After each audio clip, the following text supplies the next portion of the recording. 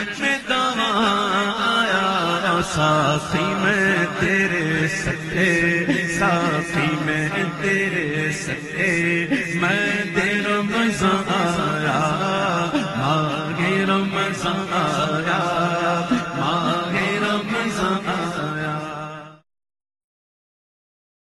رمضان آیا ماہ رمضان آیا اعوذ باللہ من الشیطان الرجیم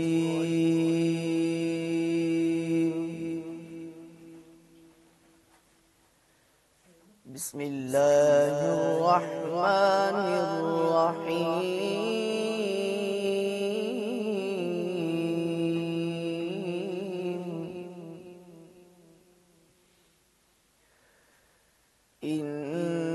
انما كان قول المؤمنين إذا دعوا إلى الله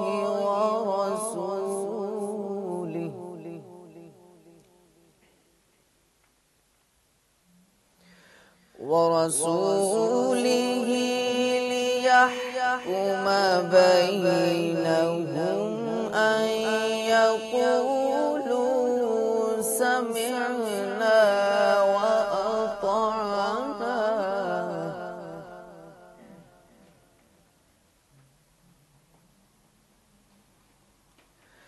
أن يقولوا سمعنا وأطعنا وأولئك هم المفلحون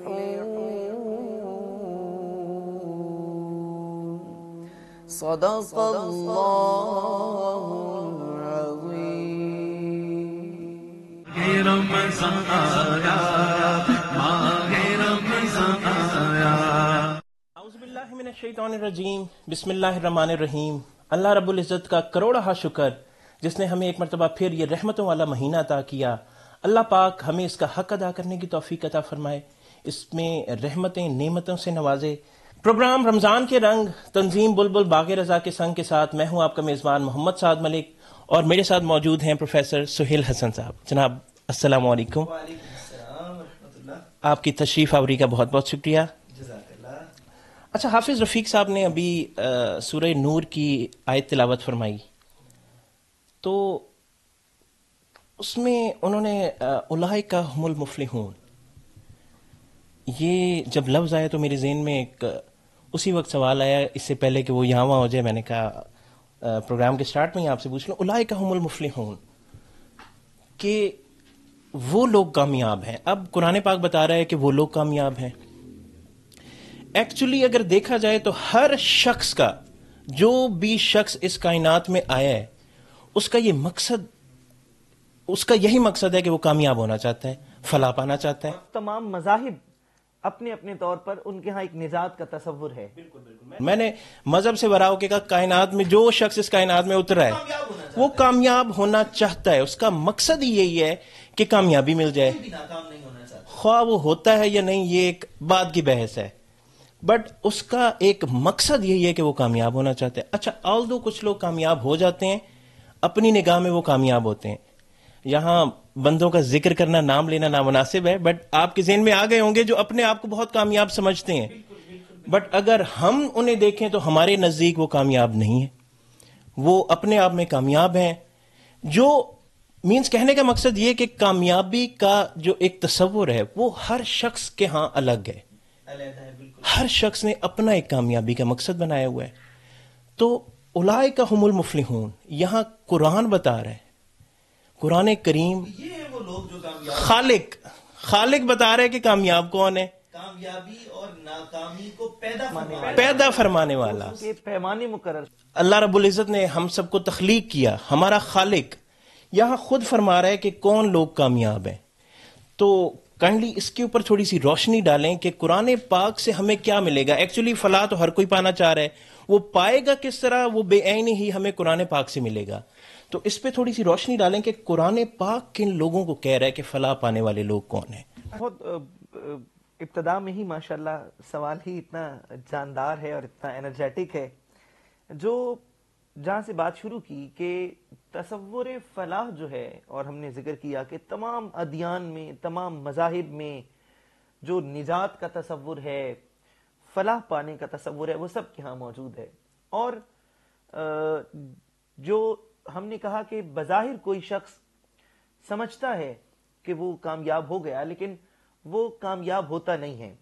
مثال کے طور پر قرآن کہتا ہے کہ کچھ لوگ ایسے ہیں جنہوں نے دنیا خرید لی ہے اور آخرت بیچ دی ہے. اولئک الذین اشتروا الضلالۃ بالہدی فما ربحت تجارتہم وما کانوا مہتدین، کہ انہوں نے گمراہی خرید لی اور ہدایت بیچ دی. جیسے قرآن کہتا ہے وَلَا تَشْتَرُوا بِآيَاتِي ثَمَنًا قَلِيلًا، کہ میری آیات کو چند ٹکوں کے عوض، تھوڑے مال کے عوض نہیں بیچنا. اچھا، یہاں پر بڑی خوبصورت بات کہ اللہ رب العزت نے فرمایا وَلَا تَشْتَرُوا بِآيَاتِي ثَمَنًا قَلِيلًا، تھوڑے سمن کے بدلے نہیں بیچنا. تو اب کیا ہم سمن زیادہ کر کے بیچ دیں؟ یعنی وہ کہہ رہے تھوڑا سمن ہو تو نہیں بیچنا. اب کتنا سمن ہوگا تو وہ تھوڑا ہوگا. اب اس کا پیمانہ ظاہر ہے میں بناؤں گا تو پھر شاید میں لالچ میں آ جاؤں. اللہ رب العزت کے پیمانوں کو دیکھیں گے تو وہ کہتا ہے کل متاع الدنیا قلیل، کوئی تمہیں پوری دنیا بھی دے دے تو وہ تھوڑی ہے. اس تھوڑے کے عوض میری آیت کو نہ بیچنا، کیونکہ میری آیت کی قیمت اس سے کہیں برتر اور اعلیٰ ہے. اور حضرت علی سے منسوب ایک قول ہے کہ آپ نے فرمایا کہ تمہارے نفس کی قیمت اللہ رب العزت نے جنت مقرر کی ہے. ان اللہ اشتری من المؤمنین انفسہم واموالہم بان لہم الجنہ. اللہ کہتا ہے میں نے مومنوں سے ان کی جانیں اور ان کے مال خرید لیے اور بدلے میں ان کو جنت عطا کی. سبحان اللہ. اب یہاں مجھے ملک پاکستان کے معروف عالم دین سید حسین احمد مدنی صاحب وہ وصال فرما گئے، اللہ تعالیٰ ان کی مرکت پر کروڑا رحمت نازل فرمائے. وہ اس آیت کی تشریف فرمایا کرتے تھے کہ اللہ رب العزت نے جنت بیچ دی، مومنوں کی جانیں خرید لی. یہاں وہ ایک جملہ فرمایا کرتے تھے کہ جب اللہ نے مومن کی جان خرید لی تو پھر منا لے جائے اس کی مرضی، سبحان اللہ سبحان اللہ سبحان اللہ، ماشاء اللہ ماشاء اللہ ماشاء اللہ ماشاء اللہ. بہت خوبصورت جملہ ہے. خرید و فروخت ہے، یہ نفع و نقصان کا پیمانہ ہے جس کو اقبال نے بڑا خوبصورت طریقے سے اس کی طرف توجہ دلائی. کیا ہے تو نے متاع غرور کا سودا، فریب سود و زیاں لا الہ الا اللہ، کہ تمہیں نفع و نقصان میں فریب ہو گیا ہے، دھوکہ ہو گیا ہے، تمہیں اندازہ نہیں ہے کہ تمہارا نفع کیا ہے، نقصان کیا ہے.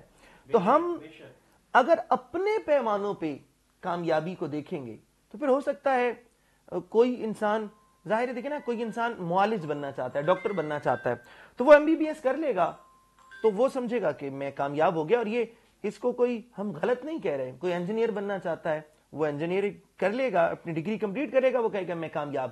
لیکن یہ جزوی کامیابی ہے، یہ جزوی کامیابی ہے. کامیابی کے کوئی ایسے پیمانے ہونے چاہیے. یعنی اگر ایک انسان معالج تو بن گیا لیکن وہ ایک درد دل رکھنے والا معالج نہیں بنا، اس کے اندر انسانی اوصاف نہیں ہے کہ وہ معالج بننے کے باوجود بھی اس کی سنگ دلی، بے رحمی اس کے اندر پائی جاتی ہے، سفاک رویے اس کے اندر پائے جاتے ہیں، تو پھر تو وہ کوئی اور چور ہی بنتا، وہ ڈاکو ہی بنتا، وہ لٹیرا ہی بنتا. یعنی ڈاکے ڈالنے کے لیے اور لوگوں کی زندگیوں سے کھیلنے کے لیے پھر ڈاکٹر بننے کی کیا ضرورت تھی؟ پھر تو یہ کام تو ڈاکو ہی کر رہے ہیں، چور ہی کر رہے ہیں، لٹیرے ہی کر رہے ہیں. تو پھر اس پر اتنے کروڑوں لگانے کی اور اتنے سال ضائع کرنے کی کیا ضرورت تھی؟ ڈاکہ ہی ڈالنا ہے تو اس کے لیے تو کسی ڈگری کی ضرورت نہیں ہے، صرف ایمان کا سودا کرنے کی ضرورت ہے. تو نفع و نقصان کے جو پیمانے ہیں وہ اگر ہم قرآن سے ہی دیکھیں گے، ویسے تو قرآن پاک میں متعدد آیات اس کے بارے میں ہیں، لیکن اگر ہم صرف یہی ایک حصہ لیں اولئک هم المفلحون، اور اس پروگرام کے توسط سے میری جو ہمارے ناظرین ہیں ان سے میری یہ ریکویسٹ بھی ہوگی کہ وہ اس ماہ مبارک میں قرآن پاک کو اس لیے پڑھیں تاکہ قرآن ان کی زندگی میں آئے، ان کا کردار سنورے، اور وہ ناظرہ سے آگے بڑھ کر قرآن فہمی کی طرف جائیں اور اس بات کی طرف آئیں کہ انہوں نے قرآن سے کچھ سیکھنا ہے. اور کیا سیکھنا ہے؟ وہ ہم بتا رہے ہیں کہ وہ قرآن سے تصور فلاح سیکھیں. وہ اوصاف جن کا بھی ہم ذکر کریں گے، اور اس سے قبل کہ ہم ان اوصاف کا ذکر کریں، ہم ایک چھوٹا سا بریک جو ہے وہ یہاں پر لینا چاہیں گے. بریک کے بعد ہم واپس آئیں گے اور ان اوصاف کا ہم یہاں پر. ناظرین ایک چھوٹا سا بریک، اس کے بعد ابھی واپس آتے ہیں. شور مگنو سن کر تجھ تک میں دعویٰ، شور مگنو سن کر تجھ تک میں دعویٰ آیا. ساتھی میں تیرے سکے، ساتھی میں تیرے سکے، میں دے رمضان آیا، ماہ رمضان آیا، ماہ رمضان آیا. صبح طیبہ میں ہوئی بٹتا ہے باڑا نور کا، صدقہ لینے نور کا آیا ہے تارا نور کا، صدقہ لینے نور کا آیا ہے تارا نور کا. اللہ اللہ اللہ اللہ اللہ اللہ اللہ اللہ، تیرے ہی ماتھے رہا اے جان صحرا نور کا، تیرے ہی ماتھے رہا اے جان صحرا نور کا، تیرے ہی ماتھے رہا اے جان صحرا نور کا، بخت جاگا نور کا، چمکا ستارہ نور کا. شور مگنو سن کر تجھ تک میں دعویٰ، شور مگنو سن کر تجھ تک میں دعویٰ آیا. ساتھی میں تیرے سکے، ساتھی میں تیرے سکے، میں دے رمضان آیا، ماہ رمضان آیا، ماہ رمضان آیا. ویلکم بیک ناظرین. اولئک هم المفلحون، اس پہ بات چیت ہو رہی تھی اور آپ ان کے چند اوصاف بیان کرنے والے تھے ہمیں کہ قرآن پاک سے ہمیں کون سے ایسے اوصاف ملتے ہیں جنہیں قرآن پاک نے، اللہ رب العزت نے کہا کہ یہی وہ لوگ ہیں جو فلاح پا گئے. جی جو میں گن پایا، اللہ تعالیٰ کمی کوتاہی معاف فرمائے، وہ 12 مقامات ہیں جہاں پر اولئک هم المفلحون کا ذکر آتا ہے. اور اگر ان اولئک هم المفلحون والی آیات کے اوصاف کو شمار کریں، صرف ان 12 آیات میں جو اوصاف بیان ہوئے ہیں، تو وہ لگ بھگ کوئی 26 کے قریب وہ اوصاف بنتے ہیں جو میں گن پایا ہوں. ماشاءاللہ ماشاءاللہ سبحان اللہ. اللہ رب العزت کمی کوتاہی معاف فرمائے. وہ علماء کے ہاں یہ گنتی مختلف ہو سکتی ہے.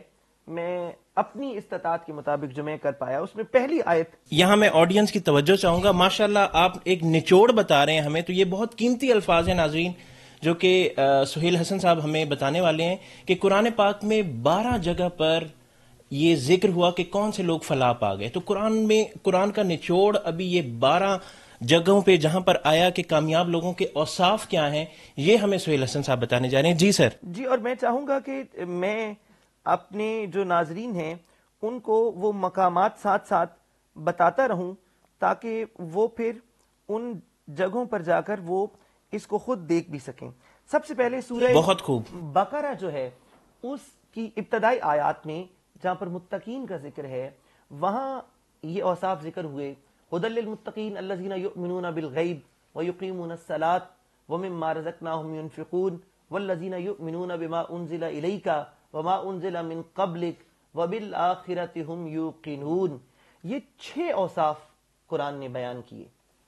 پہلا غیب پر ایمان لانا، پھر جناب والا وہ عبادات کی ادائیگی کا ذکر آ گیا، پھر اللہ رب العزت کی راہ میں مال خرچ کرنے کا ذکر آ گیا.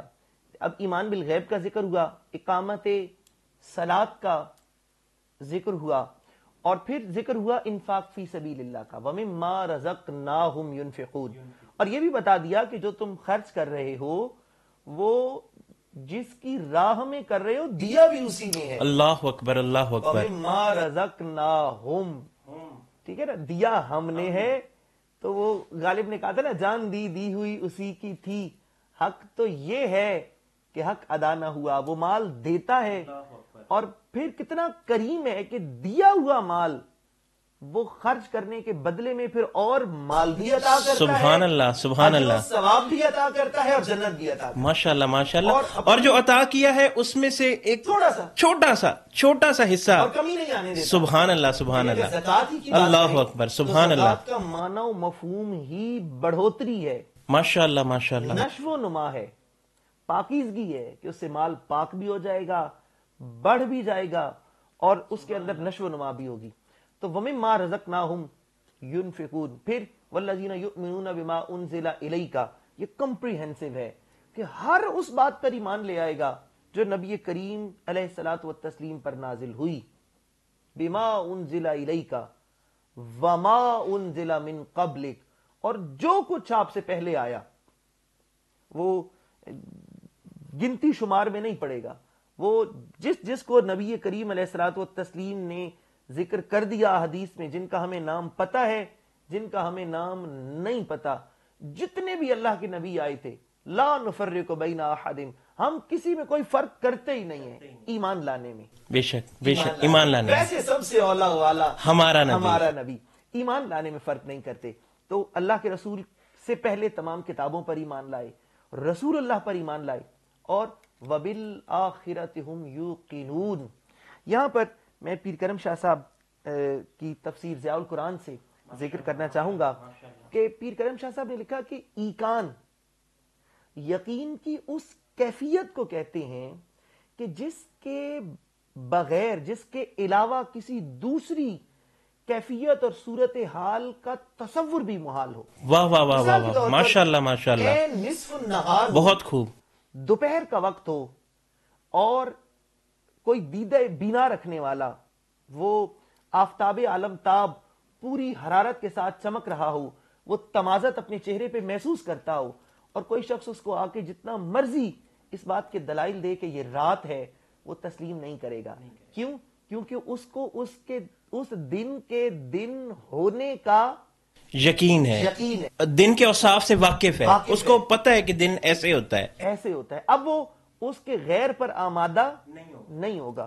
تو آخرت پر یقین چاہیے، ایقان چاہیے کہ آخرت پر ایسا یقین ہو کہ پھر دھوکے میں نہ آئے،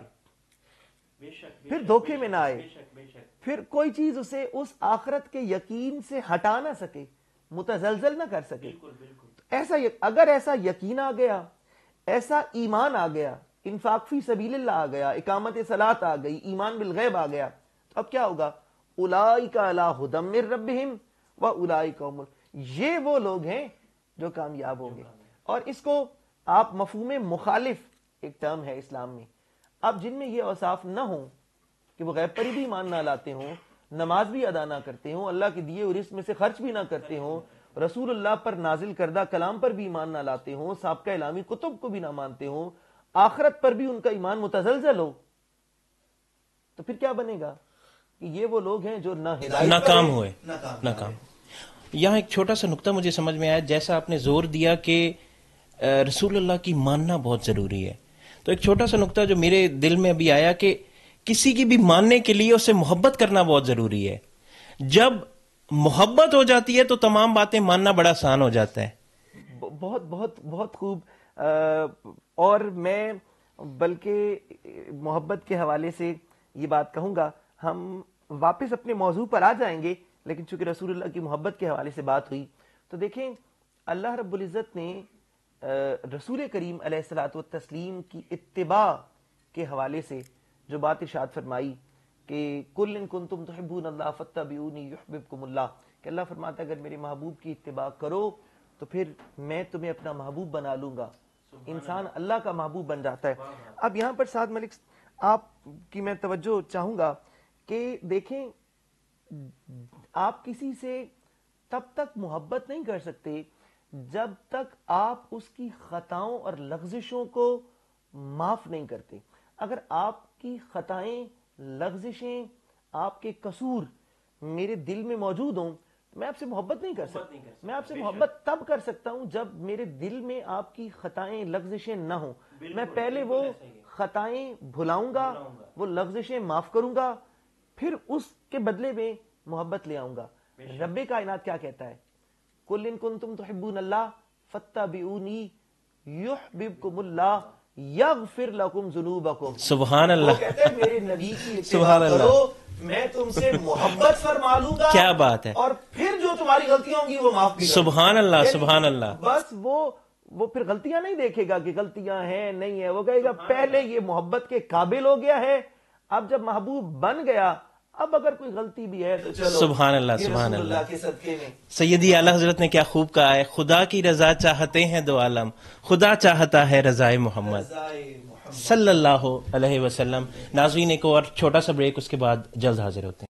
شور مگنو سن کر تجھ تک میں دعویٰ، شور مگنو سن کر تجھ تک میں دعویٰ آیا. ساقی میں تیرے سکے، ساقی میں تیرے سکے، میں تیرا مزہ آیا، ماغے رمضان آیا، ماغے رمضان آیا.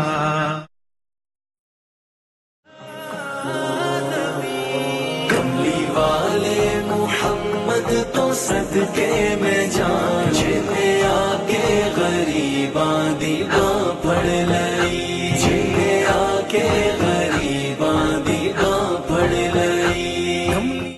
شور مگنو سن کر تجھ تک میں دعویٰ، شور مگنو سن کر تجھ تک میں دعویٰ آیا. ساقی میں تیرے سکے، ساقی میں تیرے سکے، میں تیرا مزہ آیا، ماغے رمضان آیا، ماغے رمضان آیا. ویلکم بیک ناظرین. رمضان کے رنگ تنظیم بلبل باغ رضا کے سنگ میں ایک مرتبہ پھر حاضر ہیں. میرے ساتھ موجود پروفیسر سہیل حسن. 6 اوصاف آپ بیان فرما چکے ہیں، مزید چلتے ہیں. اس وقت جو سب سے زیادہ اہم مرحلہ درپیش ہے وہ وقت کا جو دامن ہے وہ تنگ ہے، کیونکہ ہر ایک آیت پر دل چاہ رہا ہے کہ وہ ہر ایک آیت پر علیحدہ سے ہم ایک پروگرام کریں، لیکن ظاہر ہے ہم نے اپنے ناظرین کو ان اوصاف سے جو ہے وہ آگہی دینی ہے، اور یہ ہم کوشش کریں گے کہ وہ اس کو خود بھی دیکھیں اور پھر اس پر عمل کرنے کی کوشش کریں، اور ہماری دعا کریں کہ اللہ تعالی ہمیں بھی اس پر عمل کرنے کی توفیق عطا فرمائے. یہ سورہ آل عمران کی آیہ مبارکہ نمبر 104 ہے، جس میں 3 مزید اوصاف کا ذکر ہوا ہے. وَلْتَكُمْ مِنْكُمْ أُمَّةٌ يَدْعُونَ إِلَى الْخَيْرِ. ایک تو میں ایک ٹاپک، ایک باقاعدہ ایک پورے عنوان کی توجہ دلانا چاہوں گا کہ یہ جو وَلْتَكُمْ مِنْكُمْ أُمَّہ کا لفظ ہے، اس سے ایک چیز ہمیں سیکھنے کو ملتی ہے، اور وہ ہے ڈپارٹمنٹل ویلیو، کہ اللہ رب العزت ہمیں یہ سکھاتا ہے کہ ہر ایک کام کے لیے ایک شعبہ متعین ہوتا ہے، وہ ہر کسی کے بس کا کام نہیں ہوتا. جیسے دیکھیں نا، ہیلتھ ڈپارٹمنٹ ہے، ایگزیکٹلی، بالکل ڈپارٹمنٹ ہے، بالکل بالکل. وَلْتَكُمْ مِنْكُمْ أُمَّةٌ يَدْعُونَ إِلَى الْخَيْرِ، کہ یہ جو لوگوں کو بھلائی کی دعوت دینا ہے یہ بھی ایک ڈپارٹمنٹ ہونا چاہیے. ماشاءاللہ ماشاءاللہ. یعنی کہ یہ بھلائی اور نیکی کسی ایک طبقے میں نہیں ہے. آپ کسی بھی ڈیزگنیشن پہ ہوتے ہوئے اس میں آپ نیکی کر سکتے ہیں، آپ اس میں کامیاب ہو سکتے ہیں، آپ اس میں رہتے ہوئے اس کی. تو یہی پہلو ہو گیا جو آپ فرما رہے ہیں نا، کہ سب ہر ایک کا حق بنتا ہے کہ وہ نیکی کی دعوت دے، لیکن کچھ لوگ ایسے مقرر ہوں جن کا کام ہی بھلائی کی دعوت دینا ہو، یعنی ان کا ڈپارٹمنٹ ہی یہی ہو، تو پھر ان کو بھلائی کی طرف بلانے کی ٹریننگ دی جائے گی. بھلائی کی طرف بلانے کی اپنی مینجمنٹ ہے، بالکل بالکل بالکل بالکل، اس کی اپنی سکلز ہیں. بے شک بے شک بے وہ شک. جو بلانے والا ہے، وہ جو دائی ہے، کیا اسے بات ہے، کیا اوصاف- بات ہے، اسے بالکل کیا بالکل اوصاف بالکل ہے؟ بالکل. دیکھیں نا، میں بلاؤں گا تو شاید لوگ اٹریکٹ نہ ہوں، کیونکہ شاید میرا کریکٹر اس دعوت کو میچ نہیں کر رہا ہوگا، لیکن کوئی عالم باعمل بلائے گا جب کوئی متقی پرہیزگار اللہ کا نیک بندہ دین کی دعوت دے گا تو پھر ظاہر ہے اس کے بلانے میں اور اثر ہوگا. اس لیے ایک ڈپارٹمنٹ متعین ہو باقاعدہ جو یہ دعوت دین کا کام کرے. پھر وَيَأْمُرُونَ بِالْمَعْرُوفِ، نیکی کا حکم دے. اچھا، نیکی کی دعوت دینا اور بات ہے، نیکی کا حکم دینا اور بات ہے. دیکھیں میں اپنے بچوں کو نیکی کا حکم دے سکتا ہوں. کیوں؟ کیونکہ میں ان کا وہ میرے تابع ہیں، لیکن میں کسی اور کو حکم نہیں دے سکتا. اس کا مطلب یہ ہوا کہ آپ نیکی کا حکم تب دے سکتے ہیں جب آپ قوت میں ہوں، طاقت میں ہوں، حاکم ہوں. تو اسلام یہ کہتا ہے کہ اسلامی نظام کی حاکمیت آئے تاکہ نیکی کا حکم دیا جائے. سبحان اللہ، ماشاء اللہ، محکوم نیکی کا ماشاء حکم نہیں دے اللہ، سکتا. ماشاء اللہ، بے شک بے شک بے شک. میں مظلوم ہوں، میں محکوم ہوں، میں اب نیکی کا حکم نہیں دے سکتا. میں اب نیکی کی دعوت دے سکتا ہوں، میں نیکی کی دہائی دے سکتا ہوں، میں نیکی کا حکم نہیں دے سکتا.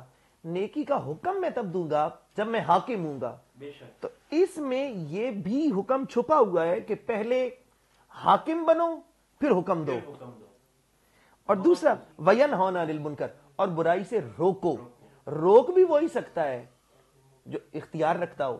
جو اختیار ہی نہیں رکھتا وہ کڑ سکتا ہے، بالکل ایسے ہی، وہ کفے افسوس مل سکتا ہے، وہ دکھی ہو سکتا ہے، وہ روک نہیں سکتا. روک وہ تب سکتا ہے جب اس کے پاس روکنے کی صلاحیت ہو، قوت ہو، طاقت ہو.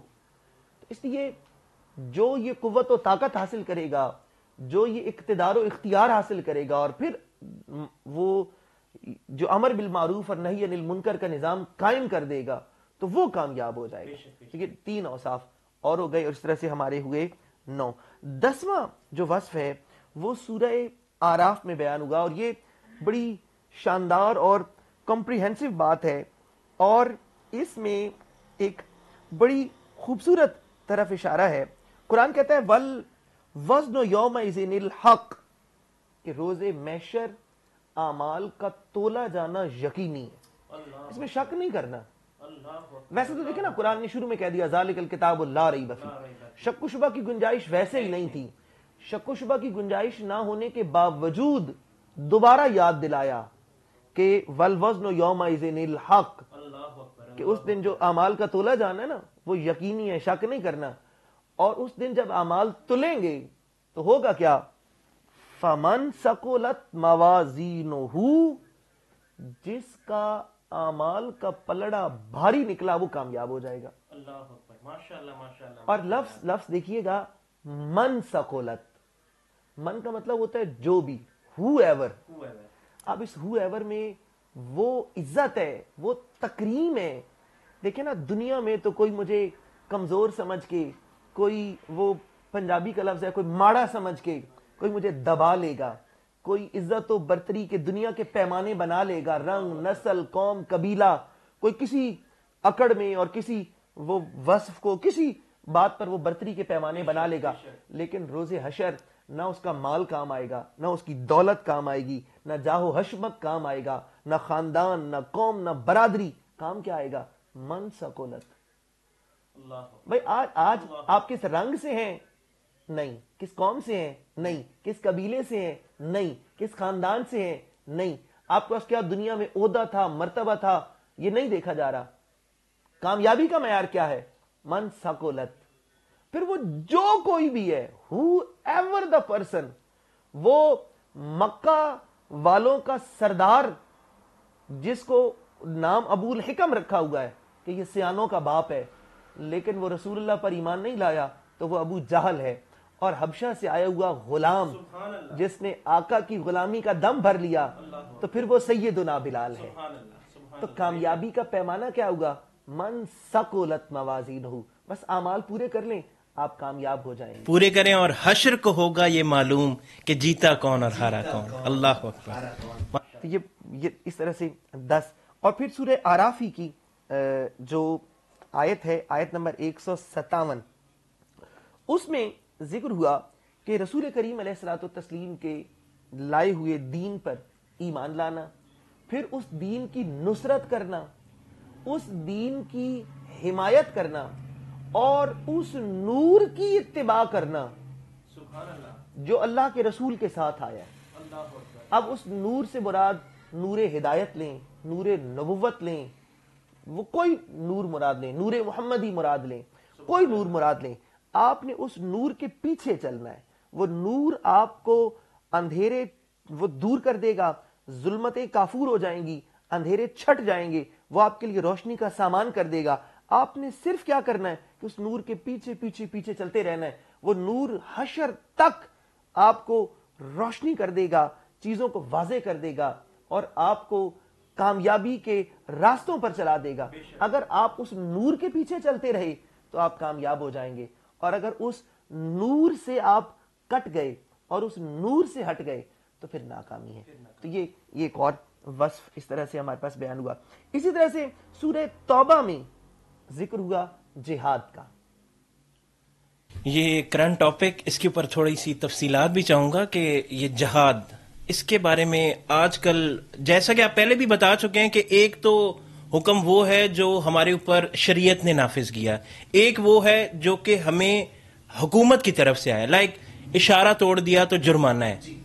تو یہی جہاد کے حوالے سے بھی تھوڑا سا بتائیے گا کہ کیا جو اس ٹائم ہمارے حکمران ہیں ان کے اوپر کیا حکم آتا ہے اور ہم جو عوام ہیں ان کے اوپر کیا ذمہ داری عائد ہوتی ہے. دیکھیں، ایک تو ہمیں یہ بات سمجھنی ہے کہ جہاد ایک کمپریہنسو ورڈ ہے اور اس میں ہر طرح کی جد و جہد اس میں آ جاتی ہے.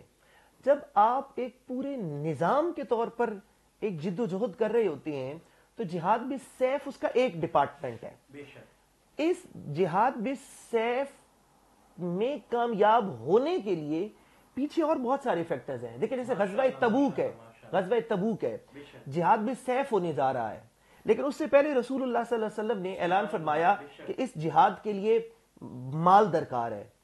اس جہاد کے اب وہ وہاں جہاد بالمال ہو رہا ہے، جہاد بالمال ہو رہا ہے. ٹھیک، تو اب دیکھیں جہاد بالمال اس لیے ضروری ہے کہ تاکہ جہاد بھی سیف ہو سکے، یعنی ہر جہاد دوسرے جہاد کو سپورٹ کر رہا ہو. ماشاءاللہ ماشاءاللہ. بلکہ قربان جاؤں اپنے آقا پر جنہوں نے اپنے والدین کی خدمت کے لیے رک جانے والے کو بھی جہاد کہا. سبحان اللہ. وہ اس معاشرے کی خوبصورتی ہے نا، معاشرہ خوبصورت ہو رہا ہے تو یہ جہاد ہے. جو یہ آپ پروگرام کر رہے ہیں یہ جہاد ہے. لیکن یہاں پر جو دھوکہ دیا جا رہا ہے، اور جو دھوکہ شاید ہم لے رہے ہیں وہ یہ ہے، دیکھیں یہ جو ہم پروگرام کر رہے ہیں اللہ قبول فرما لے تو یہ بھی جہاد ہے.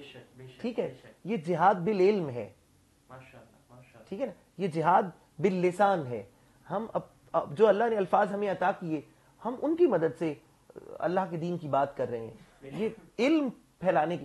لیکن یہ بات سمجھنے کی ہے کہ جب وہ ہے نا کہ جنگ لازم ہو تو لشکر نہیں دیکھے جاتے.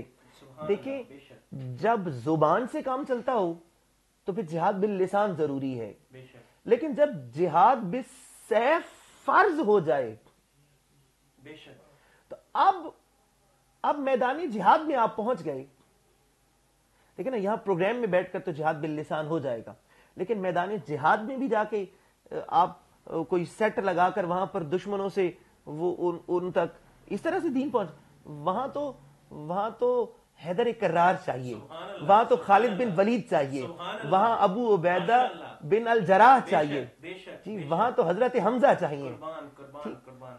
آپ سمجھ رہے ہیں نا، وہاں عمر فاروق چاہیے، عثمان غنی چاہیے، وہاں تو صدیق اکبر چاہیے کہ جو حضرت اسامہ بن زید کا لشکر بھیجتے ہوئے انہوں نے کہا کہ اگر درندے آ کے مجھے چیر پھاڑ بھی ڈالیں تو میں رسول اللہ کا کیا ہوا فیصلہ واپس نہیں لوں.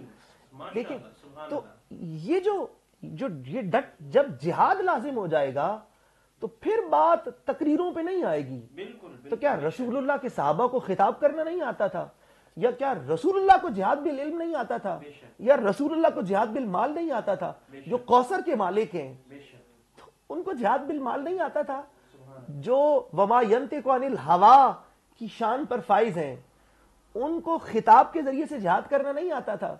وہ پوری انسانیت سے خطاب کرتے اور اس خطاب کے ذریعے سے وہ دین کی خدمت کرتے. لیکن رسول اللہ صلی اللہ علیہ وآلہ وسلم نے بدر میں تلوار اٹھائی ہے، احد میں تلوار اٹھائی ہے، آپ نے اس امت مسلمہ کے لیے زخم کھائے ہیں. ٹھیک ہے, میرے پاس الفاظ نہیں, لیکن آپ کے دندان مبارک پر وہ جو چوٹ پہنچی تو وہ ہمارے لیے, ٹھیک ہے. اب اگر میں کمزور ہوں, میرے پاس کچھ نہیں, میرے ہاتھوں میں تلوار اٹھانے کی سکت نہیں, تو میں رسول اللہ کی تلوار کا انکار تو نہیں کر سکتا.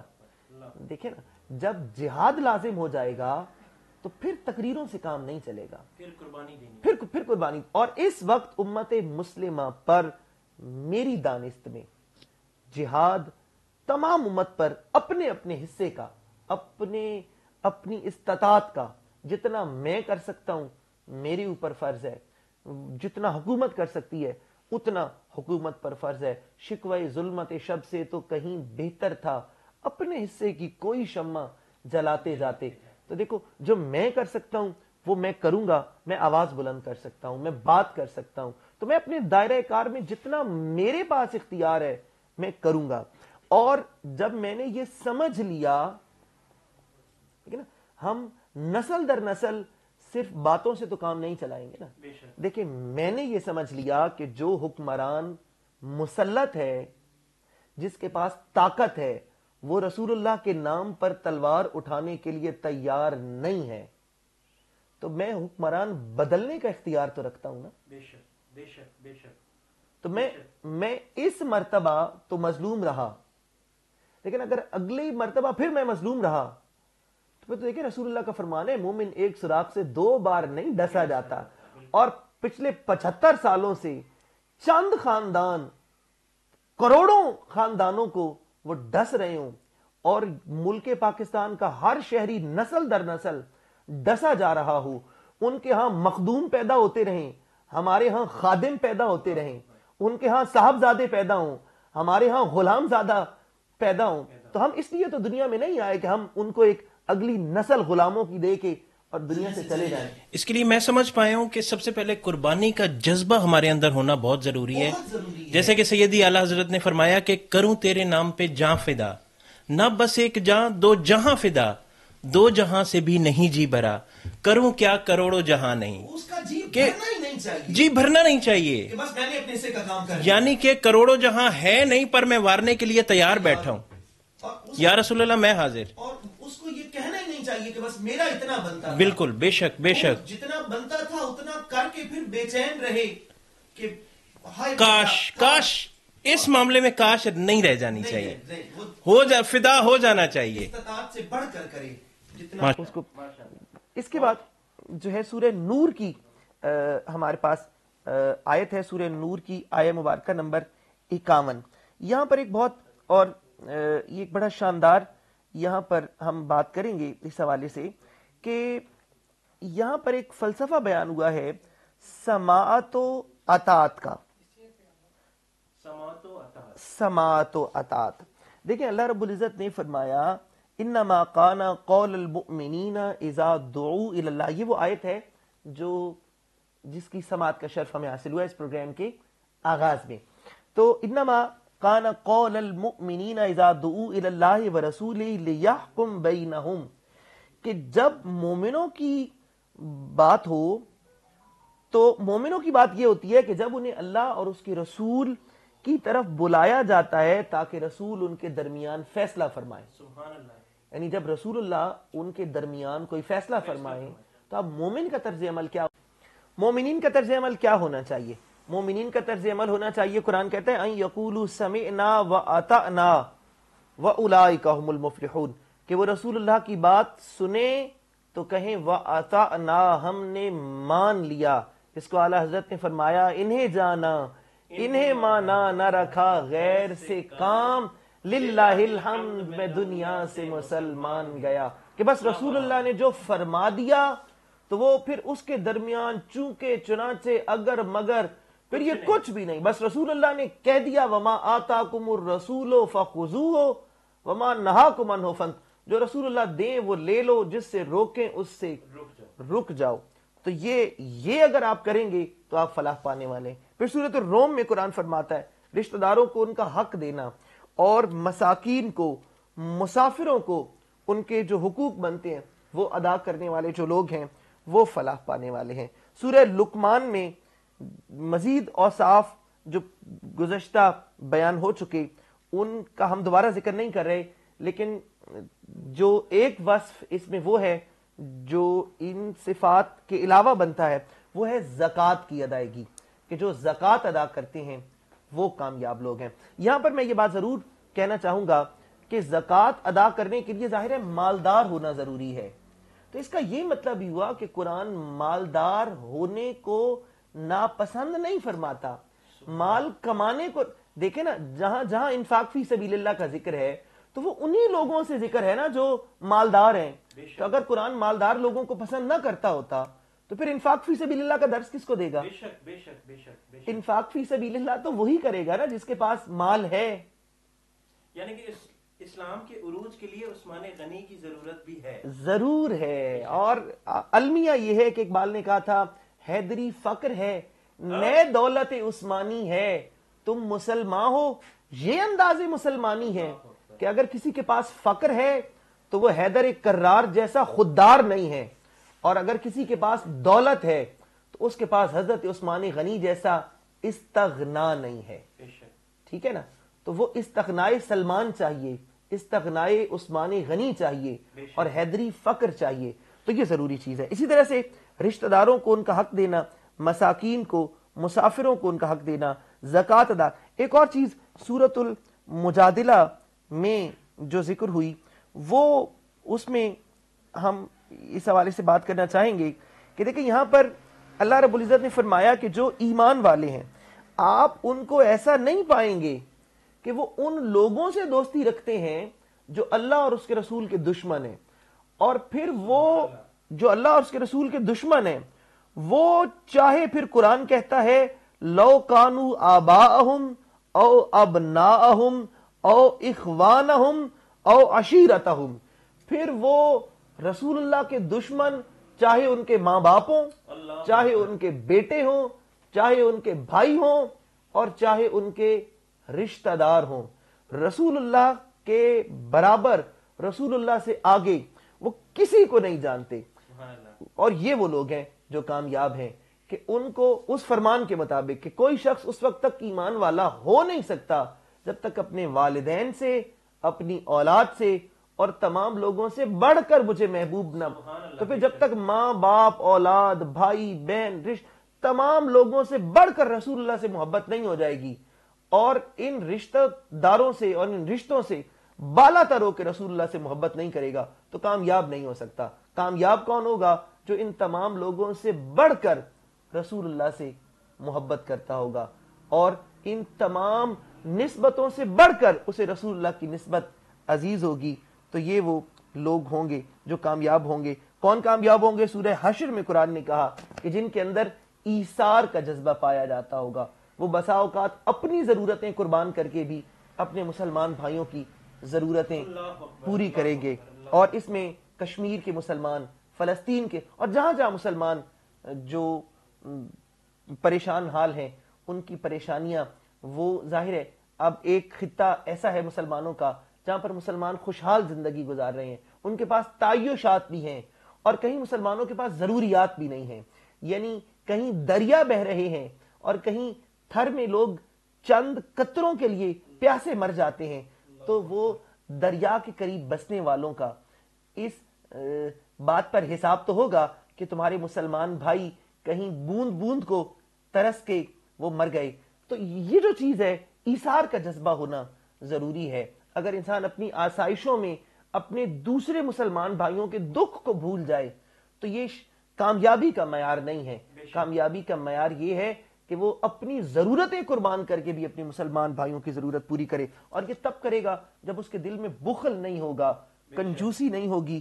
تو سورہ حشر میں قرآن نے کہا کہ وہ جو بخل سے بچ جائے گا نا، جو کنجوسی سے بچ جائے گا، یعنی بخیل آدمی آخرت میں کامیاب نہیں ہو سکتا، کنجوس آدمی آخرت میں سخی کامیاب ہوگا، آخرت میں جو دریا دلی والا ہے وہ کامیاب ہوگا۔ اور رسول کریم علیہ الصلوۃ والتسلیم نے فرمایا انا اجود بنی آدم، رسول اللہ نے فرمایا اولاد آدم میں سب سے بڑا سخی میں محمد مصطفیٰ۔ سبحان اللہ، سبحان اللہ، سبحان اللہ، ماشاء اللہ۔ اسی کی امتی ہیں تو پھر رسول اللہ کی امت کو، وہ جو اجود ہیں، وہ جو کوثر کے مالک ہیں، اس کے امتی کو کنجوس نہیں ہونا چاہیے، اس کے امتی کو بخیل نہیں ہونا چاہیے. یعنی کہ جو دنیا میں جیسے بانٹ کے جائے گا اس دن ویسا ہی وہ وہاں سے وصول کرے گا. ویسے وصول کرے گا. اللہ ماننے اکبر، والے اللہ اکبر. نبی کے امتی کو تنگ دل نہیں ہونا چاہیے، تنگ نظر نہیں ہونا چاہیے. اور آخری بات سورہ تغابن میں 26واں اصول قرآن نے کہا کہ جو صاحب تقوی ہوگا وہ کامیاب ہوگا. تو یہ اوصاف ہم نے اپنے طور پر جو ہم دیکھ پائے اور جو ہم گن پائے. اور آخر میں یہ کہ قرآن پاک کی ایک اور آیہ مبارکہ سے سورہ حجرات سے ہم نے یہ سیکھا کہ تقوی در حقیقت محبت رسول کا نام ہے. تو جو محبت رسول جس کے دل میں ہو وہ کامیاب ہے. یہ تمام اوصاف اگر ہم اس کی ایک چیک لسٹ بنا لیں اور ہم ان اوصاف کو سامنے رکھیں، قرآن کی ان آیات کو اپنے لیے آئینہ بنائیں اور اس آئینے میں اپنی شکل دیکھیں اور دیکھیں کہ میرے اندر کتنے اوصاف پائے جاتے ہیں، اور اگر وہ اوصاف میرے اندر موجود ہیں تو پھر ظاہر ہے میں کامیاب ہوں، اور اگر وہ اوصاف میرے اندر موجود نہیں ہیں تو پھر مجھے یہ دیکھنا چاہیے کہ میں قرآنی معیار پر، میں جو کامیابی کا معیار ہے اس پر کس حد تک پورا اتر رہا ہوں اور کس حد تک پورا نہیں اتر رہا. اللہ تعالیٰ مجھے اور آپ کو کامیابی کے ان پیمانوں پر پورا اترنے کی توفیق عطا فرمائے. آمین. وآخر دعوانا ان الحمدللہ رب العالمین. رمضان آیا، ماہ رمضان آیا، دل کو ان سے خدا جدا نہ کرے، دل کو ان سے خدا جدا نہ کرے، دل کو ان سے خدا جدا نہ کرے، لوٹ لے خدا نہ کرے، بے کسی لوٹ لے خدا نہ کرے. اور یہ وہی ہے جو بخش دیتے ہیں، یہ وہی ہے جو بخش دیتے ہیں، ورنہ کون ان جرموں پہ سزا نہ کرے، کون ان جرموں پہ سزا نہ کرے، کون ان جرموں پہ سزا نہ کرے، بے کسی لوٹ لے خدا نہ کرے. اور سب طبیبوں نے دے دیا ہے جواب، سب طبیبوں نے دے دیا ہے جواب، عیسیٰ اگر دوا نہ کرے، عیسیٰ اگر دوا نہ کرے، بے کسی لوٹ لے خدا نہ کرے. اور دل میں روشن گئے شمع عشق حضور، دل میں روشن گئے شمع عشق حضور، کاش جوش ہوس ہوا نہ کرے، کاش جوش ہوس ہوا نہ کرے، دل میں روشن گئے شمع عشق جوشے ہوس ہوا نہ کرے کاش جوشے ہوس ہوا نہ کرے بے کسی لوٹ لے خدا نہ کرے اور حشر میں ہم بھی سیر دیکھیں گے حشر میں ہم بھی سیر دیکھیں گے منکرات سے التجا نہ کرے منکرات سے التجا نہ کرے منکرات سے التجا نہ کرے بے کسی لوٹ لے خدا نہ کرے اور زمانہ مگر یہ ظالم دل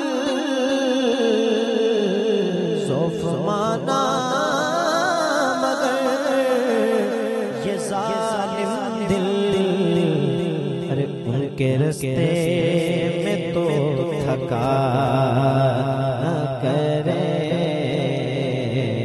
ان کے رستے میں تو تھکا نہ کرے ان کے رستے میں تو تھکا نہ کرے بے کسی لوٹ لے خدا نہ کرے انہیں رضا سب چلے مدینے کو لے رضا سب چلے مدینے کو میں نہ جاؤں میں نہ جاؤں ارے خدا نہ کرے میں نہ جاؤں ارے خدا نہ کرے میں نہ جاؤں ارے خدا نہ کرے دل کو ان سے خدا جدا نہ کرے بے کسی لوٹ لے خدا نہ کرے شور مگنو سن کر تجھ تک میں دعویٰ آیا شور مگنو سن کر تجھ تک میں دعویٰ آیا ساقی میں تیرے سکے ساقی میں تیرے سکے میں تیرے رمضان آیا ماہ رمضان آیا ماہ رمضان آیا صبح طیبہ میں ہوئی بٹتا ہے باڑا نور کا صدقہ لینے نور کا آیا ہے تارا نور کا صدقہ لینے نور کا آیا ہے تارا نور کا اللہ اللہ اللہ اللہ اللہ اللہ اللہ اللہ تیرے ہی ماتھے رہا اے جان صحرا نور کا تیرے ہی ماتھے رہا اے جان صحرا نور کا تیرے ہی ماتھے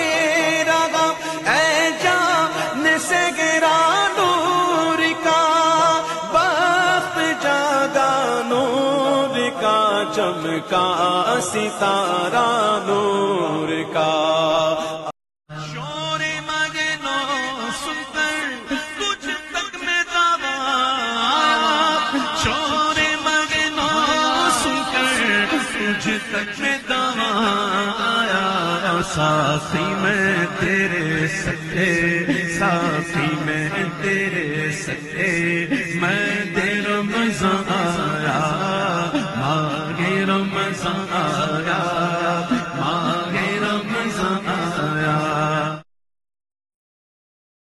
شور مگنو سن کر تجھ تک میں دعویٰ شور مگنو سن کر تجھ تک میں دعویٰ آیا ساقی میں تیرے سکے ساقی میں تیرے سکے میں دیر رمضان آیا ماغے رمضان آیا ماغے رمضان آیا